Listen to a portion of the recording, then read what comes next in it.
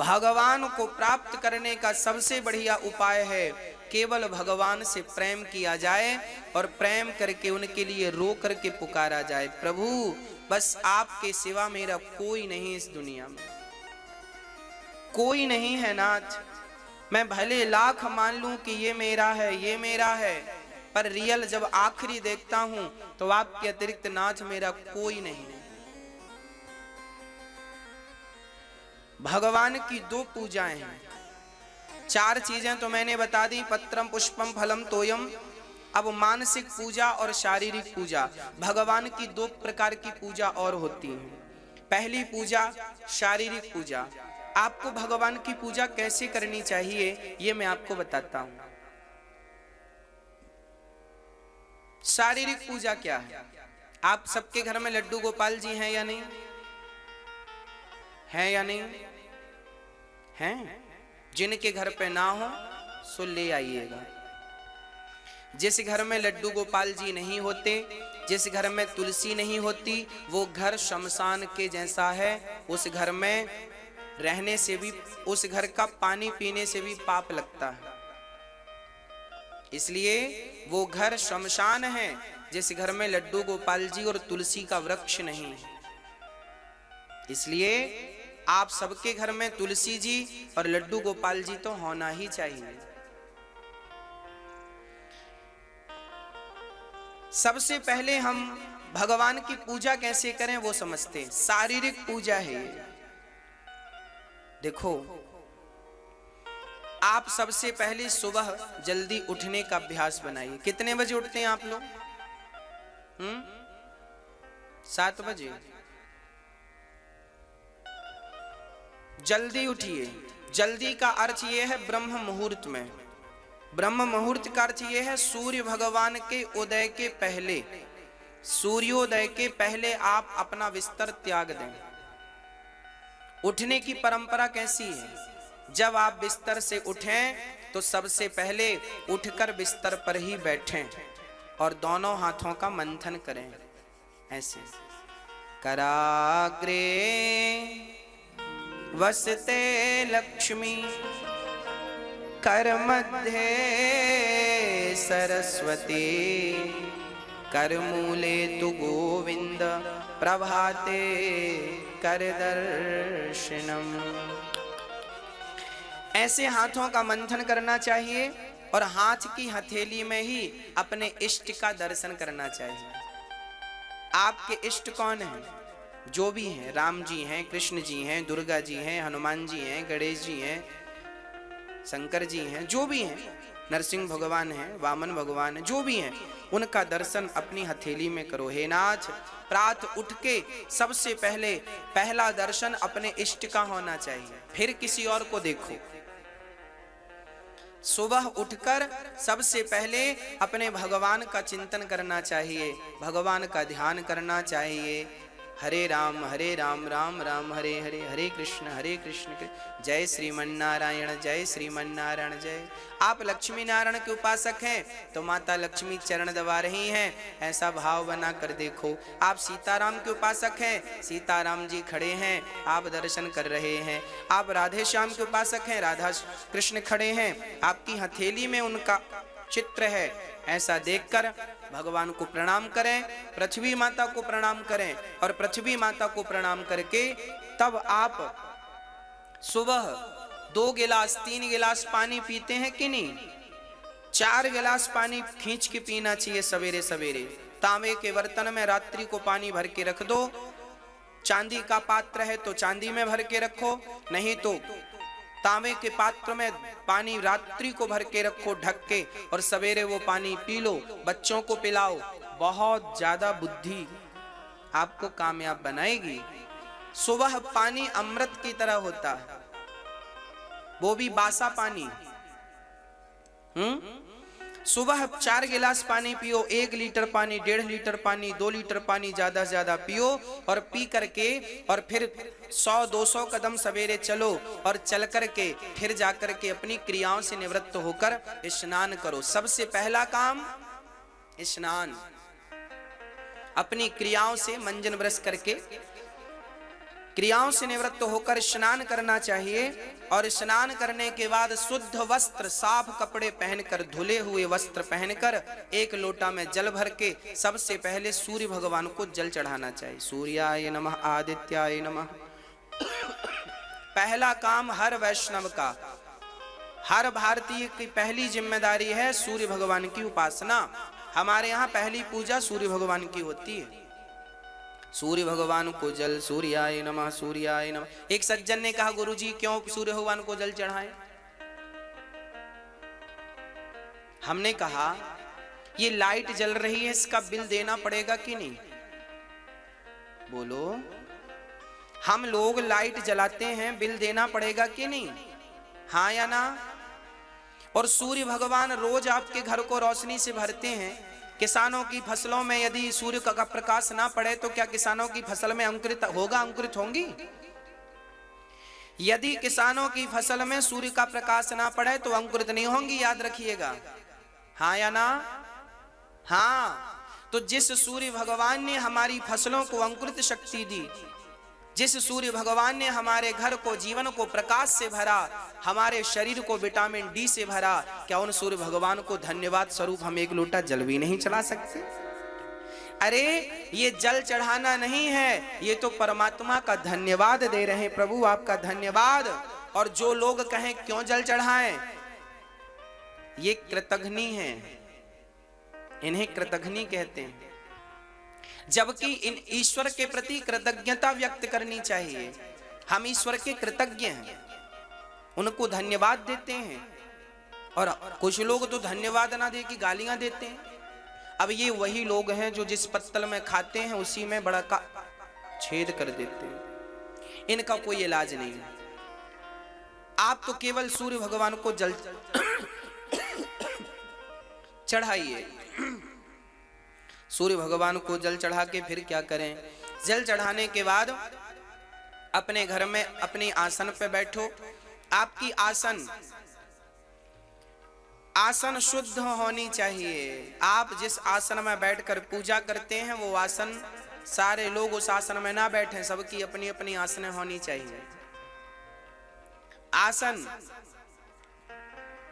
एक माला, एक ही माला से पति पत्नी जप रहे हैं, ये ठीक नहीं है। एक ही माला में पत्नी का अलग माला, पति का अलग माला, पत्नी की अलग आसन, पति की अलग आसन। आसन और माला अलग अलग, अपना अपना। शुद्धि से रखो। आसन में बैठो, आसन बिछाओ, आसन में बैठो। एक बढ़िया सी थाली लो। अब ठाकुर जी की शारीरिक पूजा बोल रहा हूं मैं, कैसे पूजा करनी चाहिए आपको। सबसे पहले एक थाली लीजिए। आपके घर में स्टील की थाली है तो स्टील की लीजिए, चांदी की थाली है चांदी की लीजिए, सोने की थाली है सोने की लीजिए। अब थाली लेकर उस थाली में चंदन से एक स्टार बनाना चाहिए, ऐसे जैसे हम टीवी में बताकर आपको बनाकर बता रहे हैं। ये देखिए टीवी पर आप ध्यान दीजिए। थाली पर एक स्टार बनाइए, बीच में ओम लिखिए और ओम लिख के हर खंड पर आप बनाइए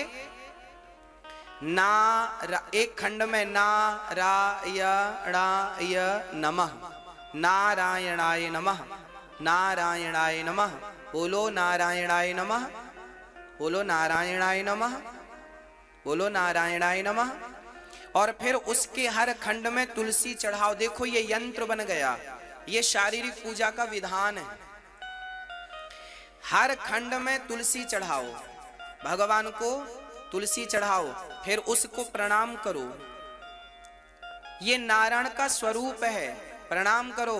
फिर ठाकुर जी को बिठाओ और ठाकुर जी को बिठाकर आपके घर में जो लड्डू गोपाल जी हैं इस यंत्र के ऊपर बिठा दो। तुलसी चढ़ाकर उस यंत्र को जल चढ़ाकर फिर ठाकुर जी को बिठाओ और फिर ठाकुर जी को बिठाकर बड़े प्रेम से, गर्मी है तो ठंडा जल और ठंडी है तो गर्म जल से भगवान को स्नान कराओ। क्या कहते हुए? नारायणाय नमः, नारायणाय नमः, नारायणाय। फिर दूध से, दही से, घी से, शक्कर से, शहद से, जो आपकी सामर्थ्यता है। नहीं है तो केवल सिंपल जल से स्नान कराओ। नारायणाय नमः, नारायणाय नमः, नारायणाय नमः, नारायणाय नमः, नारायणाय नमः।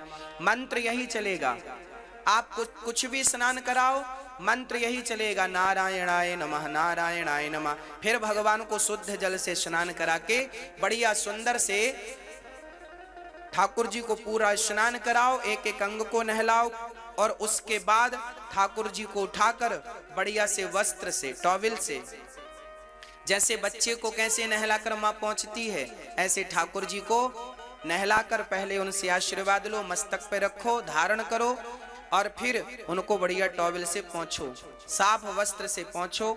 भगवान को पोंछकर बढ़िया सा उनको आसन पर बिठाओ, बढ़िया सी आसन पर बिठा दो, और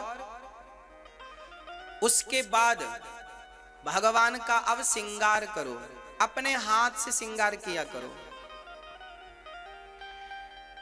उनके कपड़े बदलना, उनके वस्त्र उनको पहनाना, बढ़िया से वस्त्र पहनाओ।